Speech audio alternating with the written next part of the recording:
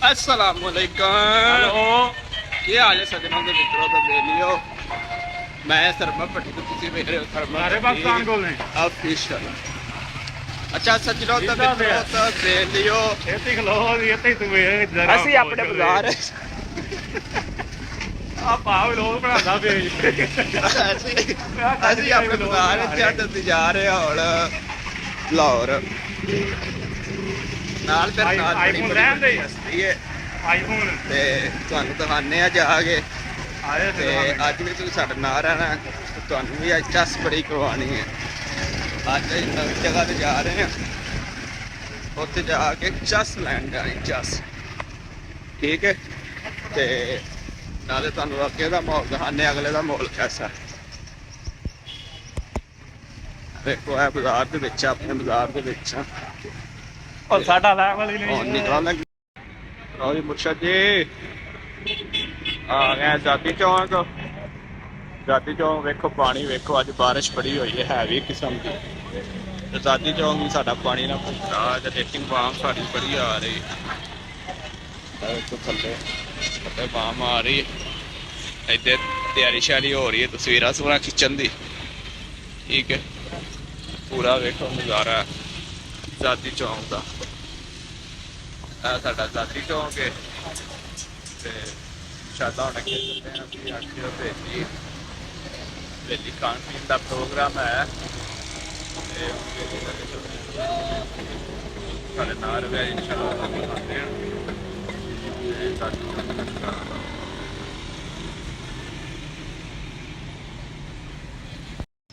लो जी पुला लियो आ गए इतने वेली वेली आ गए रोटी शोटी खाने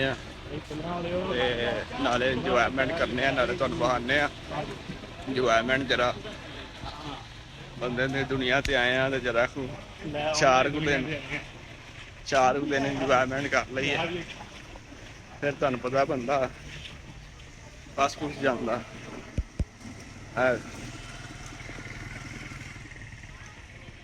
दोवें भज्जे जाते ने पता नहीं किहड़ी शै जाके फड़नी अच्छा तो बड़ा प्यारा बनया अज जाके टॉप ते पैना वहां देखो तुसी सारा कुछ माशाअल्लाह बड़ी खूबसूरत बनी है जगह ये नाले अगर घोड़े शोड़े तो बहना पिंडा वाला माहौल है अगर तुसी बहना तो बह सकते हो इन्हां दे भी भैया की राइड लैन लगे ने राइड कि लैन लगे ने पिंडा वाले ने पिंडा वाले जट लैन लगे ने राइड घोड़े की ठीक है ते नाल बहने असी भी बस दिखाने आवे भट्ट साहब होरी बह गए भट्ट साहब तस्वीर पूरा बन रही ने नाल देखो हो जाते है अजे तो शुरू तो अगे भी देखो भट्टी साहब वाली राइड लै रहे हैं खोते दी घोड़े की राइड लै रहे हैं देखो आ दोवें चल जा